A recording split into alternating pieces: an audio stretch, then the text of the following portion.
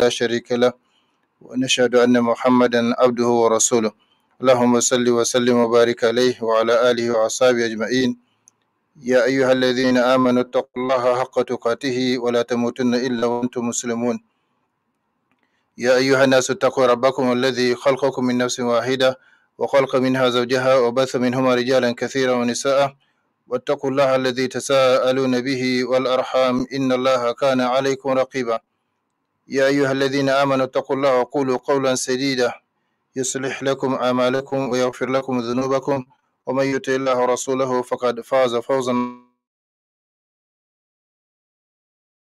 هدي محمد صلى الله عليه وسلم وشر الأمور محدثاتها وكل محدثة بدعة وكل بدعة ضلالة وكل ضلالة في النار ثم أما بعد chers frères et sœurs en islam, chers auditeurs de la radio Wadata, salam alaikum wa rahmatullahi ta'ala wa barakatuh. Soyez les bienvenus à l'écoute de cette nouvelle émission islamique intitulée Spécial Ramadan 1444 à travers les ondes de la radio Wadata, la première radio digitale à Niamey au Niger. J'ai prié Allah subhanahu wa ta'ala de nous faire profiter tous ensemble de ces quelques instants que nous allons passer ensemble dans savoir, dans la recherche du savoir, en vue de son application, afin que ce savoir ne soit pas un argument contre nous, mais plutôt un argument en notre faveur le jour où nous rencontrerons notre Seigneur Allah subhanahu wa ta'ala. Yawma la yanfa'u malun wa la banun illa man ata Allah biqalbin salim. Jour où ni bien ni enfant ne seront d'aucune utilité, hormis pour celui qui regagne son Seigneur avec un cœur saint. Rappelons-nous notre triple responsabilité envers le savoir. La première responsabilité, c'est de l'acquérir. La deuxième responsabilité, c'est de l'appliquer. Et la troisième responsabilité, c'est de le transmettre aux autres comme il nous a été transmis par les prédécesseurs, et ce, conformément à la recommandation de notre prophète bien-aimé Mohammed sallallahu alayhi wa sallam lorsqu'il dit « Ballighu anni walau aya » transmettez de ma part ne serait-ce qu'un verset. Qu'Allah subhanahu wa ta'ala nous bénisse tous, qu'il bénisse nos vies, qu'il bénisse nos familles, qu'il bénisse nos enfants, qu'il bénisse nos œuvres, qu'il bénisse notre cher pays, le Niger et son peuple, qu'il nous conforme davantage à sa sainte volonté partout et toujours, qu'Allah subhanahu wa ta'ala accepte notre jeûne ainsi que nos autres bonnes œuvres que nous accomplissons. Ceci dit, chers frères et sœurs en islam, chers auditeurs, le thème de cette émission est Ramadan, l'occasion d'or. Oui, l'occasion d'or pour celui qui y parvient, étant en bonne santé pour pouvoir donc le jeûner. Ainsi dit, la louange appartient à Allah, Seigneur de l'univers, qui a dit dans son puissant et inattaquable livre Ya ayyuhalladhina amanu kutiba alaykumus siyam kama kutiba alal ladhina min qablikum la'allakum tattaqun. Ô croyants, on vous a prescrit le jeûne, comme on l'a prescrit à ceux d'avant vous, ainsi vous atteindrez la piété. Donc, l'objectif principal de la prescription du jeûne et d'ailleurs de beaucoup d'adorations, sinon de toutes les adorations, c'est l'acquisition, l'obtention de cette vertu tant recommandée par le Coran et la Sunna, tant recommandée par l'Islam, à savoir la piété ou la crainte d'Allah subhanahu wa ta'ala. Donc ici, Allah nous fait savoir qu'il a prescrit le jeûne, siyam, aux confessions antérieures à l'Islam comme à l'Islam, afin que les gens puissent donc obtenir la piété, la crainte d'Allah subhanahu wa ta'ala. وَرَبُّكَ يَخْلُقُ مَا يَشَاءُ وَيَخْتَارُ مَا كَانَ لَهُمُ الْخِيَارَةُ سُبْحَانَ اللَّهِ وَتَعَالَى عَمَّا يُشْرِكُونَ. Et ton Seigneur crée ce qu'il veut et il choisit. Il ne leur a jamais appartenu de choisir. Donc c'est Allah qui crée, c'est Allah qui choisit pour nous, comme nous l'avons vu à travers les émissions précédentes, qu'Allah subhanahu wa ta'ala, quand Allah subhanahu wa ta'ala décide d'une chose ou son messager décide d'une chose, eh bien nous en tant que musulmans, nous n'avons pas d'autre choix que de l'appliquer dans la mesure du possible. Il connaît certes les secrets et même les plus cachés. Il connaît la trahison des yeux et ce que cache le cœur. Nous témoignons qu'il n'y a point de divinité digne d'adoration hormis Allah l'unique sans associé et que Mohammed sallallahu alayhi wa sallam est serviteur et envoyé d'Allah. Qu'Allah lui accorde abondamment ses prières, son salut, ses miséricordes et ses bénédictions, ainsi qu'à sa sainte famille, à ses fidèles compagnons et à tous ceux qui suivront sa voie jusqu'au jour de terre. Craignez votre Seigneur Allah. Vénérez et respectez ses recommandations. Et quiconque exalte les injonctions sacrées d'Allah s'inspire en effet de la piété de cœur, comme il l'a dit, subhanahu wa ta'ala. dans le noble Coran.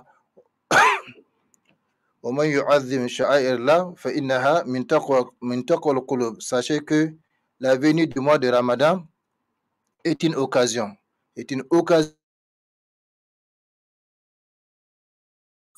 En accomplissant des œuvres qui vous font obtenir l'agrément de votre Seigneur, des œuvres qui vous rapprochent de lui subhanahu wa ta'ala et des œuvres qui vous éloignent en même temps de son courroux et de sa punition ici-bas et dans l'au-delà. Chers frères et sœurs en islam, parmi les sagesses et signes de la Seigneurie d'Allah, Rububiyyat Allah,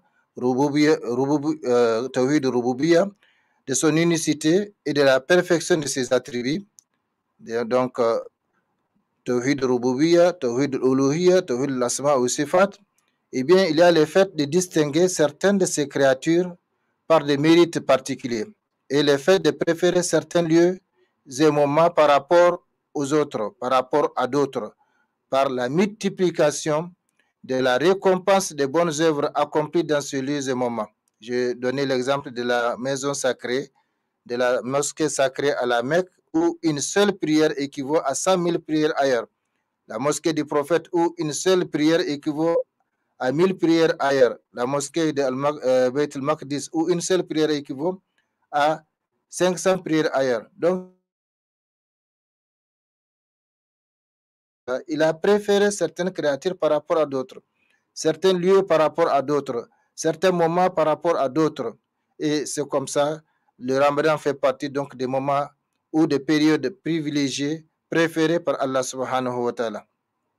Donc c'est ainsi qu'il a privilégié et préféré certains mois, certains jours, certaines nuits, certaines heures par rapport aux autres, afin que cela soit une occasion pour les musulmans pour augmenter ses bonnes œuvres, pour s'adonner aux différentes adorations et pour redoubler d'efforts et d'activités afin de faire provision pour son voyage vers la demeure dernière et y gagner la plus grande récompense qui soit.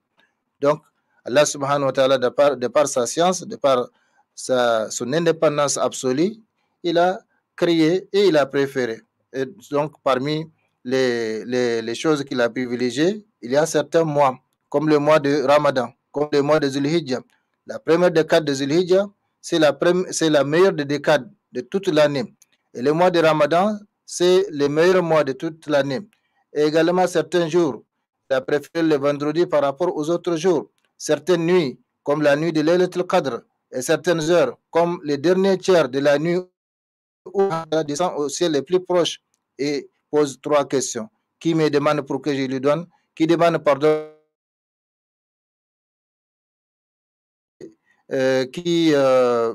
Trois questions, donc, qui demande, qui m'invoque pour que, non, donc, qui m'invoque pour que je l'exauce?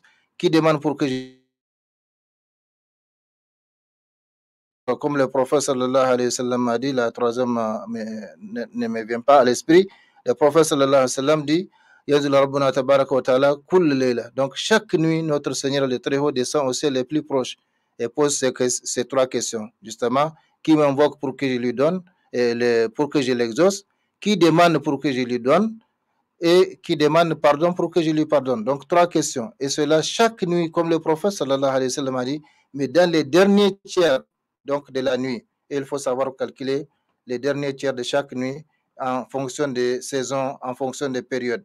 Donc ça, c'est la décision d'Allah subhanahu wa ta'ala. C'est le décret d'Allah subhanahu wa ta'ala. Il a préféré certaines nuits, certaines heures par rapport aux autres. Pourquoi? Afin que cela soit une occasion pour le musulman pour augmenter ses bonnes œuvres, pour s'adonner aux différentes adorations et redoubler d'efforts et d'activités afin de faire provision pour son voyage vers la demeure dernière et y gagner la plus grande récompense qui soit. Chers frères et sœurs en islam, ces différentes occasions sont donc instaurées non seulement pour distinguer les actifs des paresseux, les décidés des indécis et les croyants des mécréants, mais surtout pour permettre aux musulmans de multiplier les bonnes actions, de rattraper ce et d'avoir ses bienfaits et faveurs. Donc Allah subhanahu wa ta'ala, par exemple, en accordant Laylatul Qadr à la Ummah de Muhammad sallallahu alayhi wa sallam, la communauté de Muhammad sallallahu alayhi wa sallam, il leur donne l'occasion d'avoir la récompense de 83 ans et 4 mois en une seule nuit. Ça, c'est le privilège d'Allah subhanahu wa ta'ala. Les communautés enterrées à l'islam ont eu l'occasion, c'est-à-dire la longévité. Nuh alayhi salam, par exemple, a passé 950 ans a donc prêché dans son peuple. 950 ans, c'est la période ou l'âge donc de sa carrière. On ne connaît même pas son âge exact auquel il a été rappelé à Allah, mais le prophète sallallahu alayhi wa sallam, il a vécu seulement 103 ans. Mais Allah, par sa miséricorde, a élevé les coefficients de nos adorations, de sorte que Allah dit meilleur que. On ne connaît même pas la mesure, la proportion, en tout cas, ou la différence entre. Donc, c'est meilleur que 1000 mois. Et 1000 mois d'adoration, c'est 83 ans et 400 et 4 mois. Ça, c'est la miséricorde d'Allah subhanahu wa ta'ala.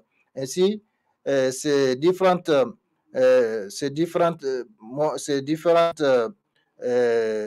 instaurations divines sont pour permettre aux musulmans de multiplier les bonnes actions, de rattraper ce qui leur a échappé, de se rapprocher de leur Seigneur et d'avoir ses bienfaits et faveurs. En effet, à chaque occasion, je dis bien à chaque occasion, que ce soit la nuit, la journée, la semaine, le mois, l'année, eh bien, à chaque occasion, Allah subhanahu wa ta'ala a des faveurs particulières qu'il accorde aux militants dans sa voie.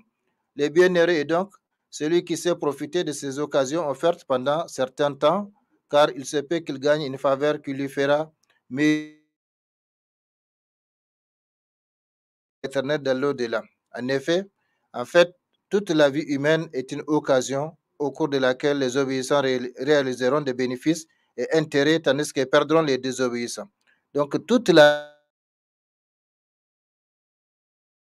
c'est lui qui a créé la mort et la vie pour vous éprouver et mettre en évidence lequel d'entre vous est meilleur en action. Il n'a pas dit lequel fait plus. En islam, la quantité ne devient importante que si elle est conjuguée à la qualité. Donc, c'est la qualité qui compte. Et c'est pourquoi donc il faut mettre l'accent sur la qualité, la perfection, la bonté de ce que nous faisons, nos adorations, nos œuvres, comme Allah subhanahu wa ta'ala l'a recommandé. Ce n'est pas seulement dans le cadre de la religion.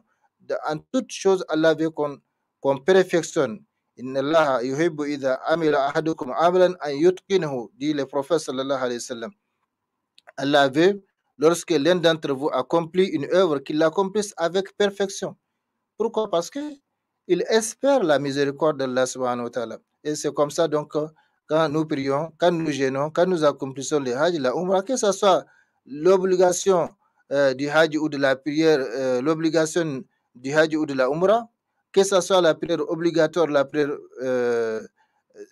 facultative, eh bien, tout cela, nous devons les accomplir avec perfection, parce que nous espérons la miséricorde d'Allah subhanahu wa ta'ala, la récompense d'Allah subhanahu wa ta'ala. Malheureusement, certains, quand vous les voyez accomplir, par exemple, les prières facultatives, avant les prières obligatoires ou après les prières obligatoires, on a l'impression qu'ils ne cherchent pas la miséricorde d'Allah subhanahu wa ta'ala à travers cela.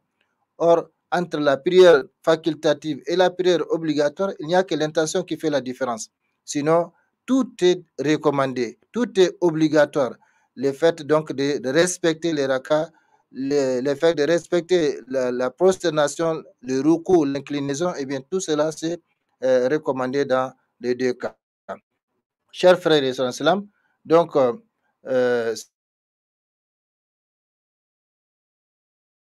ces différents moments instaurés par Allah subhanahu wa ta'ala, c'est pour permettre donc aux serviteurs, aux musulmans, de doubler d'efforts pour avoir donc l'agrément de son Seigneur et la béatitude éternelle dans l'au-delà. Comme je l'ai dit, en fait, toute la vie humaine est une occasion au cours de laquelle les obéissants réaliseront des bénéfices et intérêts, tandis qu'ils perdront les désobéissants. Il incombe ainsi aux musulmans de connaître la valeur de sa vie et la réalité de ce bas monde afin de faire constance dans l'adoration de son Seigneur jusqu'à la mort, comme il l'a recommandé subhanahu wa ta'ala. D'abord, le musulman ne doit jamais oublier qu'il est en mission ici. Une mission qui je n'ai créé les djinns et les humains que pour qu'ils m'adorent. Ça, c'est la mission pour laquelle on est créé et placé sur cette terre. Et en plus de cela, Allah subhanahu wa ta'ala dit au messager, celui-là à qui il a pardonné ses péchés passés et ses péchés futurs. Donc, il n'a pas de compte à rendre. Malgré cela, il lui dit, wa'abud rabbaka hatta ya'tiyaka al-yaqin. Et adore ton Seigneur jusqu'à ce que te vienne la certitude, c'est-à-dire la mort. Chers frères et sœurs, nous allons prendre une petite pause avant de continuer. يوم الهول والكمد إني أحبك يا شهر الصيام إني أحبك يا شهر الصيام بلا غش فأهلا وترحيبا بلا عدد.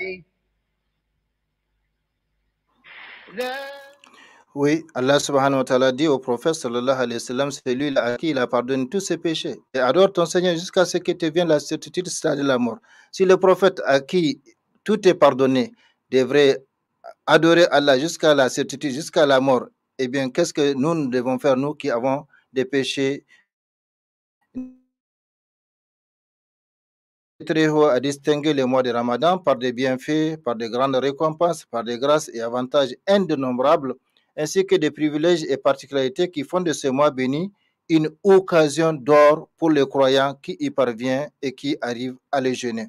Oui, pour les croyants, le Ramadan est une occasion pour renouer le contact avec son Seigneur Allah subhanahu wa ta'ala, ce contact dont le maintien lui était difficile durant les autres mois de l'année à cause des intrigues de Satan et des passions de l'âme. Il n'y a pas quelqu'un qui ne veut pas être en contact avec son Seigneur Allah subhanahu wa ta'ala, le Tout-Puissant qui est capable de répondre à ses invocations, qui est capable de résoudre ses problèmes. Il y a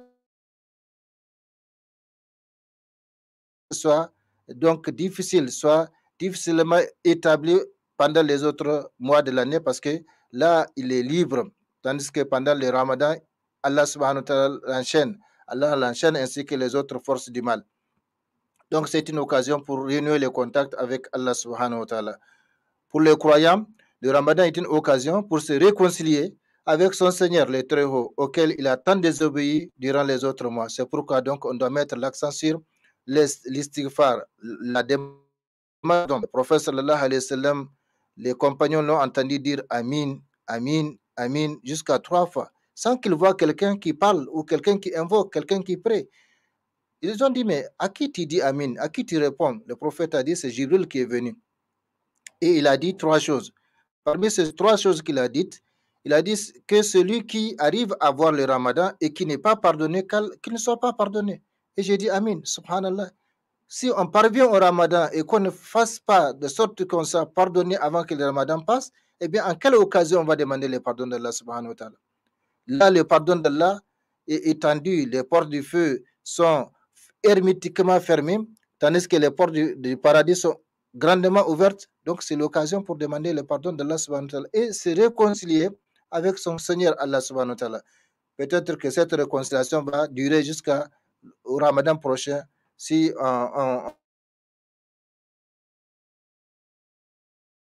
pour les croyants, le Ramadan est une occasion pour recommencer une nouvelle page de sa vie spirituelle, une page blanche, purifiée et lavée de tout péché grand ou petit, de toute faute volontaire ou involontaire, de tout tort commis à son âme ou aux autres, bref, une nouvelle page exempte de toute désobéissance. Et c'est pourquoi c'est maintenant à l'entrée de Ramadan qu'on... C'est maintenant le fait de parvenir au Ramadan et d'avoir la santé de le jeûner, eh bien, c'est une occasion, c'est une grande chance. Par conséquent, c'est là qu'il faut se féliciter et c'est là qu'il faut demander pardon, non seulement à Allah subhanahu wa ta'ala pour ce qui est entre notre Seigneur et nous, pardon et également aux autres pour que donc on soit pardonné parce qu'il y a 3 catégories de torts qu'on commet. On commet un tort envers Allah subhanahu wa ta'ala, on commet le tort envers soi-même, on commet le tort envers les autres. Eh bien, le tort commis envers Allah et envers soi-même, il suffit de se repentir et on sera pardonné. Mais les torts commis aux autres, il faut demander leur pardon ou réparer le tort avant la mort. Chers frères et sœurs en islam, pour les croyants, le Ramadan est une occasion pour renforcer sa victoire sur Satan, son ennemi juré qui l'avait empêché durant les autres mois de se soumettre comme il le faut aux recommandations de sa religion. Si quelqu'un est en guerre, quelqu'un est en bagarre avec un autre, si l'autre là, on arrive à l'attacher donc à lier ses mains, ses pieds, eh bien, qu'est-ce qu'il peut faire? Profiter pour avoir donc renforcé sa victoire sur son ennemi. Donc, c'est comme ça les musulmans, les croyants, ils profitent pour renforcer sa victoire sur Satan, son ennemi juré qu'il avait empêché de rendre les autres morts de se soumettre comme il le faut aux recommandations de sa religion. Pour les croyants, le Ramadan est une occasion pour retrouver sa dimension spirituelle, sa dimension verticale, transcendantale, qui les lie au royaume céleste et qui les distingue des autres créatures qui errent sur terre, en particulier les animaux. Oui, le Ramadan est une occasion pour retrouver sa dimension spirituelle. L'être humain est composé de deux parties principales, l'âme ou l'esprit et le corps. Ce que l'esprit mange est différent de ce que le corps mange. Le corps se nourrit d'aliments, de boissons pour pouvoir vivre, mais l'esprit se nourrit de la reconnaissance de son Seigneur, de l'adoration de son Seigneur, de la soumission aux ordres de son Seigneur, ainsi de suite. Donc, plus l'homme met l'accent sur l'esprit, il va développer sa spiritualité et tendre vers l'état angélique, et vice-versa. S'il tend vers les matériels, la concupiscence, l'attachement instinctif au bien de ce bas monde, il va tendre vers une occasion pour retrouver sa dimension spirituelle, sa dimension verticale, transcendantale, qui le lie au royaume céleste et qui le distingue des autres créatures qui errent sur terre, en particulier les animaux. Chers frères et sœurs en islam, pour les croyants, le Ramadan est une occasion pour mettre à l'épreuve donc les poules, pour mettre à l'épreuve, c'est-à-dire pour vérifier les poules et la température de sa foi. Monte-t-elle ou descend-elle? Comment l'entretenir? Comment l'entretenir et comment la fortifier? Pour les croyants, le Ramadan est une occasion. Pour les croyants, le Ramadan est une occasion pour mettre en évidence sa piété ou sa crainte d'Allah, en tentant de vivre dans l'ultime degré de la religion, celui de la perfection et de la bienfaisance qui consiste à adorer Allah comme s'il le voyait. Le prophète sallallahu alayhi wa sallam a fait savoir que la religion islamique a 3 niveaux. Le niveau 1, c'est l'islam, le tronc commun. Le niveau 2, c'est l'islam et la foi, al-iman. Et le niveau 3, c'est la foi, donc la bienfaisance, al-ihsan, antabudullah ka'annaka tara, fa illam takun tarahu fa innahu yarak. Donc, ce n'est pas tout le monde qui parvient au niveau ultime de la religion, la bienfaisance. Donc, avec le mois de Ramadan, le musulman vit dans cet état parce que il arrive à avoir la piété, la crainte d'Allah subhanahu wa ta'ala. Il est seul avec la nourriture, mais il ne la mange pas. Il est seul avec l'eau, mais il ne la boit pas. Pourquoi? Parce qu'il est conscient que Allah le voit et qu'il ne peut pas échapper à Allah subhanahu wa ta'ala. Par conséquent, il arrive à vivre dans ce niveau ultime de la religion qui est la bienfaisance ou la bienfaisance ou la perfection. Pour les croyants, le Ramadan est une occasion pour s'entraîner à acquérir des vertus exemplaires telles que la patience, la sincérité, la compassion envers les faibles. Durant le mois de Ramadan, comme je l'ai dit, l'objectif principal, c'est l'obtention de la crainte d'Allah subhanahu wa ta'ala. Mais en plus de cela, ça nous permet d'avoir la sincérité envers nous-mêmes, la sincérité envers notre Seigneur Allah subhanahu wa ta'ala et également la sincérité envers les autres, comme nous l'avons vu à travers l'émission passée ou la première émission sur la bienvenue au Ramadan, où chaque organe du croyant, du musulman doit jeûner et à sa façon de jeûner. La main doit jeûner, les yeux doivent jeûner, l'oreille doit jeûner. Pour les croyants, le Ramadan est une occasion pour s'entraîner à acquérir des vertus exemplaires telles que la patience, la sincérité, la compassion envers les faibles. Pour les croyants, le Ramadan est une occasion pour se réconcilier avec sa propre âme, son âme incitatrice au mal, son âme bestiale qu'il a toujours contredit face aux ordres de son Seigneur. Grâce à cette réconciliation avec son âme, l'intérieur et l'extérieur du croyant seront en accord, en harmonie, d'où il vivra dans la tranquillité morale et l'apaisement du cœur. Et tant qu'il n'y a pas cette conformité entre l'intérieur et l'extérieur de l'homme, celui-ci ne peut vivre que dans le chaos moral, dans les désordres, dans l'angoisse, dans l'inquiétude, dans l'agitation. quel que soit ce qu'ils possèdent, quelle que soit la situation sociale, économique, familiale dans laquelle se trouve, et bien tant qu'il n'y a pas cette harmonie, cette conciliation entre l'intérieur et l'extérieur, eh bien l'homme ne peut vivre que dans le chaos moral, le désordre, l'angoisse, l'inquiétude et l'agitation comme on les voit aujourd'hui. Malgré tout ce que les gens comme moyen pour, pour pouvoir vivre normalement, mais ils souffrent sur le plan moral. Chers frères et sœurs, pour les croyants, le ramadan est une occasion pour tuer et enfouir sous terre ses passions et désirs sataniques. Donc, il faut profiter pour demander non seulement à Allah subhanahu wa ta'ala son aide, parce qu'on ne peut rien faire sans l'aide d'Allah subhanahu wa ta'ala, et c'est pourquoi il nous fait dire à travers nos unités de prière, c'est toi seul que nous adorons et c'est de toi seul que nous implorons aide et secours. Et le prophète sallallahu alayhi wa sallam nous a demandé ou nous a enseigné à dire après chaque prière, Seigneur, aide-moi à mieux te rappeler, à mieux t'adorer, et Allahumma inni ala dhikrika wa shukrika wa husn ibadatika. Donc, à mieux te remercier, à mieux t'adorer et à mieux te remercier. Par conséquent, le ramadan est une occasion pour le croyant pour tuer et enfouir sous terre ses passions et désirs sataniques.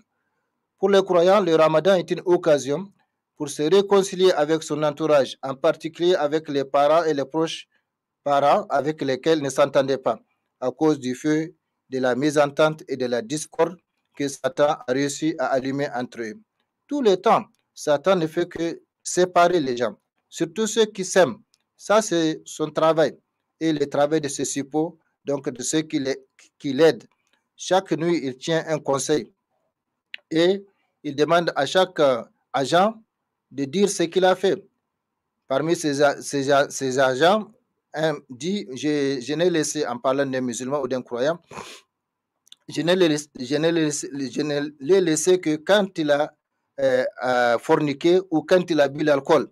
Et chaque fois-ci, il dit quand il a fait ceci ou fait cela, eh bien, Satan dit, vas-y, va-t'en, tu n'as rien fait. Jusqu'à ce qu'un dernier agent vient, il dit, je ne l'ai pas laissé jusqu'à ce que je l'ai séparé de sa femme. Là, il l'approche, il l'embrasse, il dit, c'est toi qui as travaillé, c'est toi qui as travaillé. Donc, ceux qui arrivent à séparer ceux qui s'aiment, que ce soit dans un couple ou dans une famille, le père, le fils, la mère, la fille, ou le subalterne et son chef, ou l'homme et sa femme, eh bien, voilà ceux qui sont aimés de Satan et ceux qui l'embrassent et remercient. Chers frères et sœurs, pour les croyants, le ramadan est une occasion pour se réconcilier avec ses frères et sœurs en islam, avec lesquels ils ne s'entendaient pas à cause de complots et machinations de Satan. Pour les croyants, et diminuer les mauvaises. Le ramadan est une occasion pour le couple musulman, subjugué par les tentations sataniques, pour faire la paix à jamais, en se pardonnant le passé et en décidant de recommencer une vie conjugale normale. Donc la page vierge, là, ce n'est pas seulement avec nous, avec soi-même, mais avec les autres. On recommence une nouvelle page, exempte de tout péché, exempte de toute faute, exempte de tout mauvais comportement. Et comme ça, comme je l'ai dit, le ramadan est un échantillon de vie spirituelle, familiale, économique, sociale, que Allah subhanahu wa ta'ala veut que nous copions durant toute l'année. Ce n'est pas seulement vivre le ramadan et puis passer à autre chose après. Chers frères et sœurs, le temps consacré à cette émission tire à sa fin. Le ramadan est une occasion pour la société musulmane pour retrouver sa cohésion, son unité, sa solidarité, son entraide et surtout son pardon mutuel. Bref, le ramadan est une occasion pour tous. Il permet à l'âme de retrouver sa fertilité. Il permet au corps de retrouver sa vigueur. Il permet au corps de retrouver sa vigueur, sa vitalité et sa santé. Il permet à l'esprit de retrouver sa lucidité et sa clairvoyance. Il permet aux yeux de retrouver leur lumière. Il permet aux oreilles et au ventre de retrouver leur pureté. Chers frères et sœurs en islam, si tels sont quelques aspects de ce que représente le mois béni de Ramadan, il n'y a pas d'étonnement à ce que le prophète sallallahu alayhi wa sallam sorte de l'ordinaire pour prononcer un discours solennel les premiers de chaque Ramadan, discours que nous pouvons qualifier aujourd'hui de message à la nation. à cette émission arrive à sa fin. Le Ramadan est une occasion pour les croyants pour retrouver sa dimension spirituelle, sa dimension verticale, transcendantale, qui les lie au royaume céleste et qui les distingue des autres créatures qui errent sur terre, en particulier les animaux. Le Ramadan est le mois de la spiritualité par excellence et quiconque ne retrouve pas sa spiritualité au mois de Ramadan risquerait de la perdre à jamais, car Allah subhanahu wa ta'ala, par sa miséricorde infinie et sa bonté illimitée à l'égard de ses serviteurs, a réuni dans ce mois tous les atouts qui permettent aux serviteurs de retrouver leur spiritualité et leur dévotion. C'est le seul mois dans lequel Allah subhanahu wa ta'ala enchaîne les malfaiteurs parmi les rebelles, djinns, pour amoindrir leurs effets négatifs sur les serviteurs soumis. Et ferme hermétiquement les portes de l'enfer. Ramadan est le mois durant lequel l'invocation du croyant est exaucée du matin au soir. Ah, quelle occasion, quel privilège et quel honneur pour les croyants. Les perdants, les vrais pour se faire pardonner, pour augmenter ses bonnes œuvres, pour diminuer les mauvaises et surtout retrouver sa spiritualité, retrouver son état angélique, qu'Allah subhanahu wa ta'ala nous conforme à ce qu'il aime agréer pendant ces mois et le reste de la vie. Qu'Allah subhanahu wa ta'ala nous pardonne nos fautes et nos erreurs, qu'Allah subhanahu wa ta'ala accepte nos bonnes œuvres, qu'Allah subhanahu wa ta'ala nous conforme davantage à ce qu'il aime agréer, qu'Allah subhanahu wa ta'ala nous bénisse nos vies, nos familles et nos œuvres, et qu'il bénisse notre cher pays, le Niger et son peuple, qu'Allah subhanahu wa ta'ala nous protège davantage et protège notre cher pays, le Niger et son peuple, ainsi que les autres pays islamiques, et qu'il déverse sur l'humanité ses miséricordes et ses bénédictions, tout en éloignant de nous tous les malheurs, les calamités, les fléaux, les maladies et toutes les épreuves apparentes et cachées.